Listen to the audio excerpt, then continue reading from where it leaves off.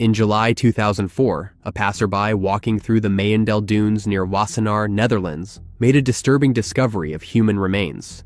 For years, the investigators struggled to uncover who she was or how she ended up in the dunes. On the morning of July 4, 2004, a person walking discovered a human body, lying partly concealed by sand and brush. The sight was disturbing enough for the witness to immediately alert the Wassenaar police. Within minutes, the officers arrived at the scene, securing and cordoning off the area to preserve any potential evidence. Paramedics were also called to assess the situation, but there was nothing they could do. The woman was confirmed deceased, and early observations suggested that the body had been there for quite some time. The position of the remains and the condition of the surroundings hinted that nature had already begun to reclaim what was left. What had once been a person's life now lay silent in the dunes, waiting for answers. From the very beginning, the investigators faced a difficult challenge. The woman carried no identification, no wallet, no papers, and no personal belongings that could reveal who she was. The lack of information made it nearly impossible to determine her identity. The police began a careful search of the area, hoping to uncover even the smallest clue that could point to where she had come from or why she had ended up there. The discovery of her clothing added another layer of mystery. She was dressed in items that seemed unusual for a beach or dune environment.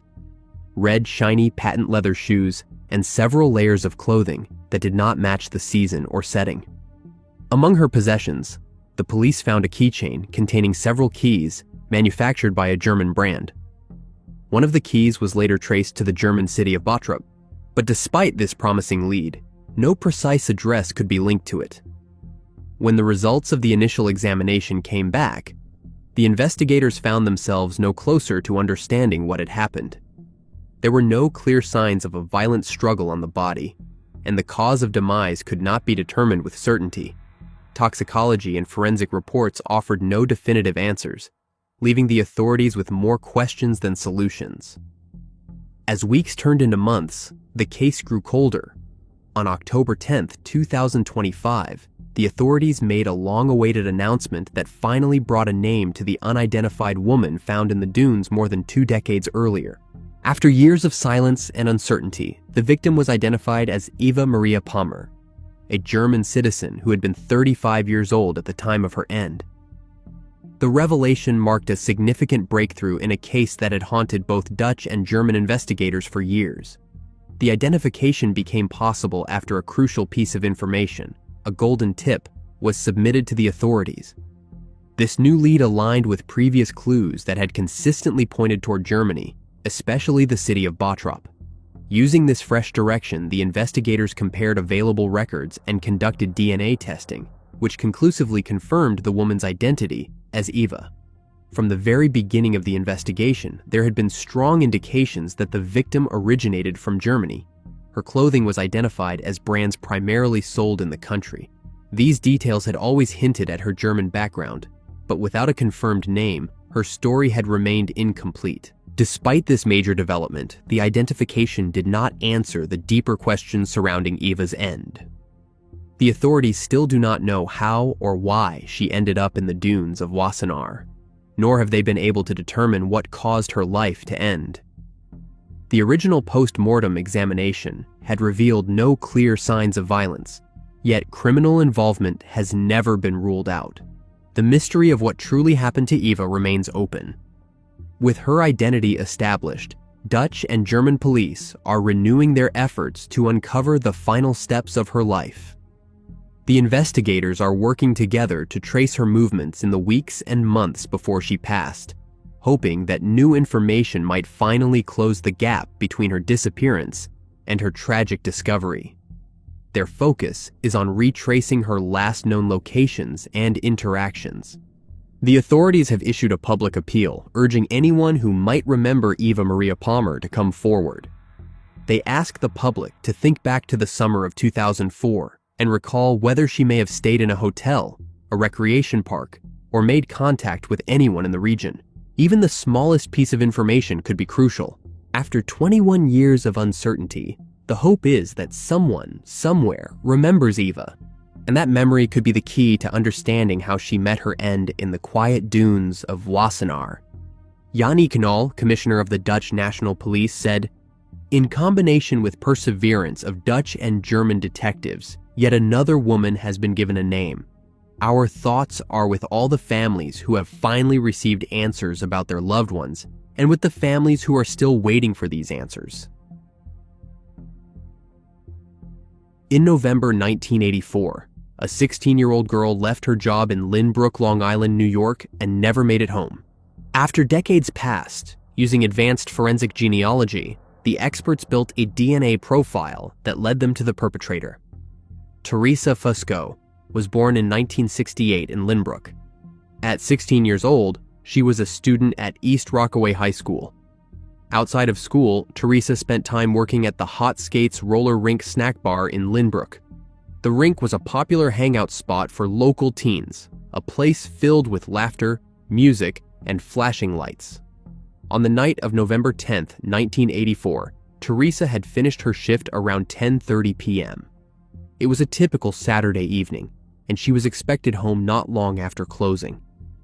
When she did not arrive by her usual time, her mother initially believed Theresa might have stopped to spend time with friends, something not unusual for a teenager. However, as the hours passed and there was still no word from her, worry began to set in.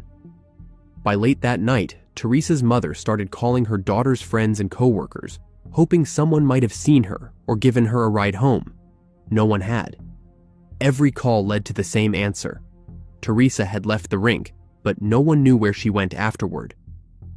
Alarmed and sensing something was terribly wrong, her mother contacted the Lynbrook Police Department to report her daughter missing. It was a call that would mark the beginning of a long and painful investigation. When the police began their inquiry, they learned that Theresa had been seen leaving the Hot Skates roller rink in tears that night. The witnesses later reported that she had been fired from her job shortly before closing, a development that may have left her emotionally distraught.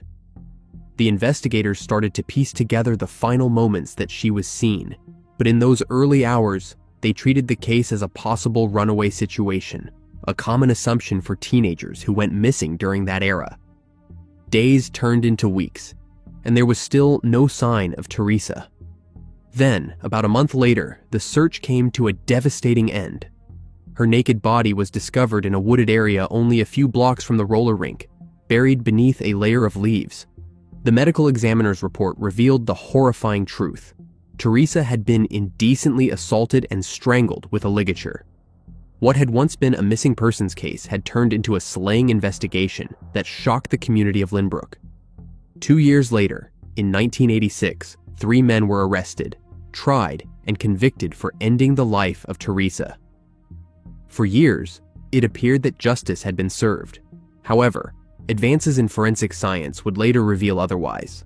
In 2003, DNA testing conclusively proved that the men convicted were not responsible for her life being ended, leading to their exoneration and release.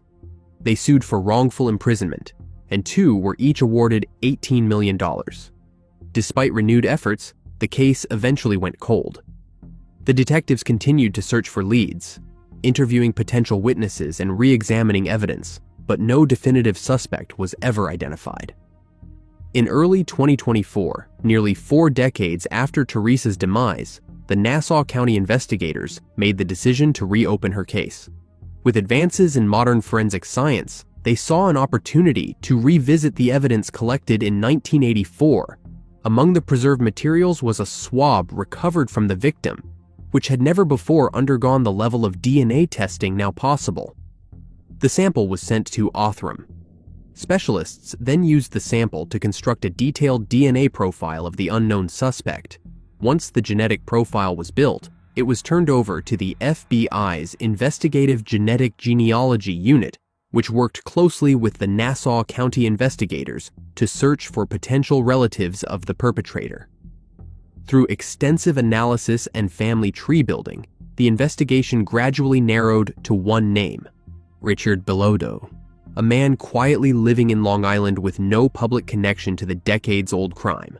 After identifying Bilodeau as a possible suspect, the investigators began discreet surveillance of his daily routine.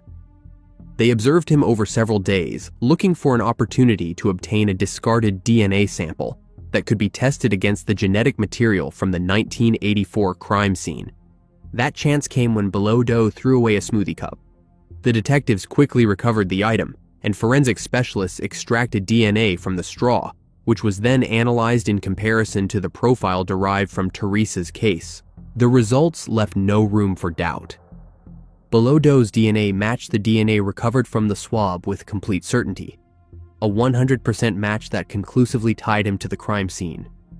In 1984, Bilodeau was a 23-year-old living with his grandparents in Lynbrook, a mile from Hot Skates, the roller rink where Theresa had worked. It was the breakthrough the investigators had waited nearly 40 years for.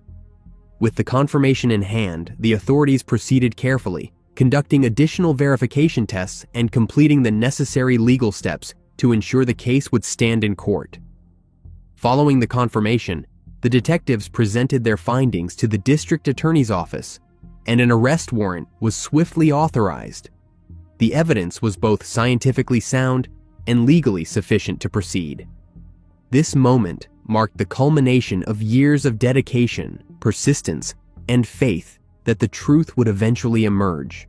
In October 2025, 63-year-old Richard Bilodeau was arrested and formally charged with second-degree slaying. When questioned by the police, he denied knowing Theresa. Nassau County District Attorney Ann Donnelly said, through his denials that he had ever known her name, who she was, he made kind of a flippant comment about the 1980s. He said, "People got away with ending others' lives. Well, I'll tell you something, Mr. Bilodeau. I've got you now." He pleaded not guilty, but if convicted, he faces up to 25 years to life in prison. Theresa's father, Thomas Fusco, said, "I never gave up hope. I loved her, and I miss her. She lives in my heart."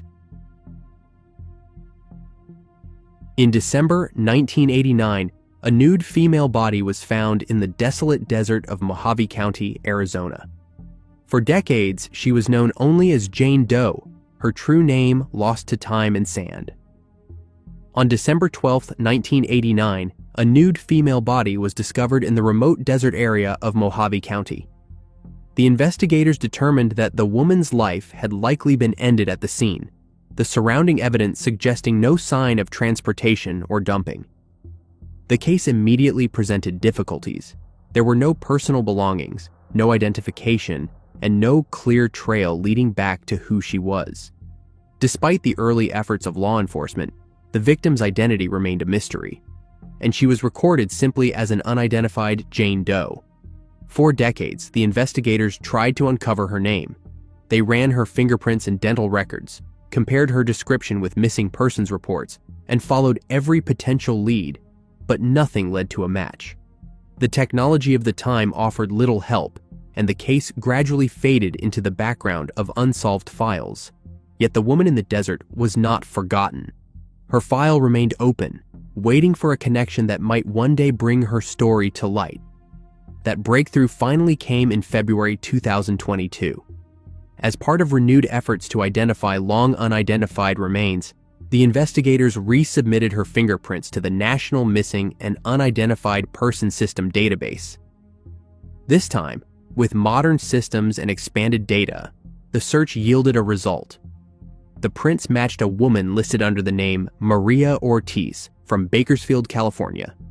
For the first time in more than 3 decades, the unknown woman had a potential name attached to her. The authorities discovered that Maria's fingerprints had been entered into the system back in 1989 following an arrest for shoplifting by the Kern County Sheriff's Office. The record included a residential address that she reportedly shared with 2 friends. The investigators from the Mojave County Sheriff's Office reached out to one of those friends to gather more information about the woman they believed was Maria Ortiz.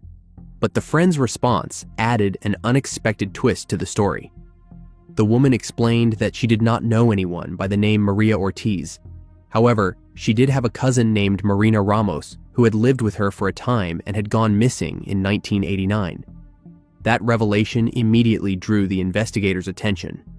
The physical description of Marina Ramos matched the unidentified woman found in the desert decades earlier, suggesting that Maria Ortiz was not a real identity, but an alias. The discovery reshaped the case entirely.